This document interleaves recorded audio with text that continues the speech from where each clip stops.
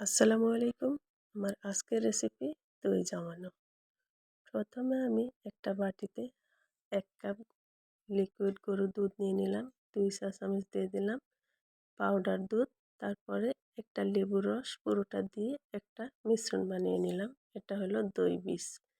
এখানে একটা প্যানে নিয়ে নিলাম ১ কাপ দুধ।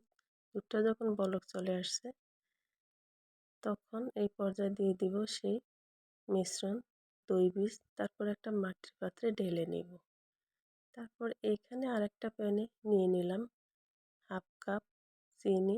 তারপরে চিনিটাকে ক্যারামেল করে নিতে হবে। যখন এই পর্যায়ে আসবে তখন দিয়ে দিতে হবে 1 কাপ গরুর দুধ।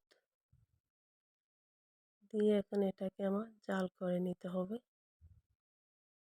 জাল করা হয়ে গেছে। ঠান্ডা হয়ে গেলে আমি সেই দই বীজটা এর ভিতরে ঢেলে দিব। দিয়ে তারপরে আবারও সেম একটা মাটির পাত্রে ঢেলে নিব।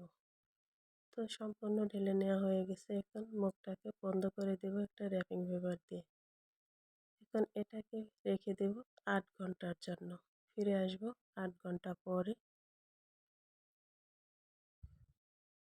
তো এই তো ৮ ঘন্টা পর ফিরে আসলাম।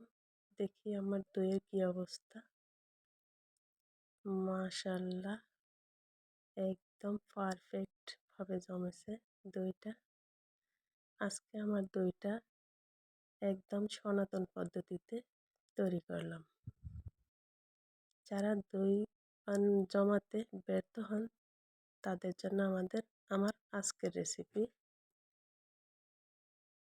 তো এখন একটু কেটে শেয়ার করি দইটা কতটা পারফেক্টভাবে জমেছে।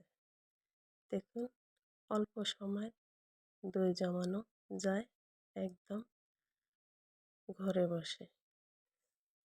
কেমন লাগলো আমার ভিডিওটি কমেন্টে জানাবেন। এতক্ষণ আমার সঙ্গে থাকার জন্য অসংখ্য ধন্যবাদ। ধৈর্য সহকারে আমার ভিডিওটি দেখার জন্য। তো আজকে এখানেই বিদায় নিচ্ছি। আল্লাহ হাফেজ।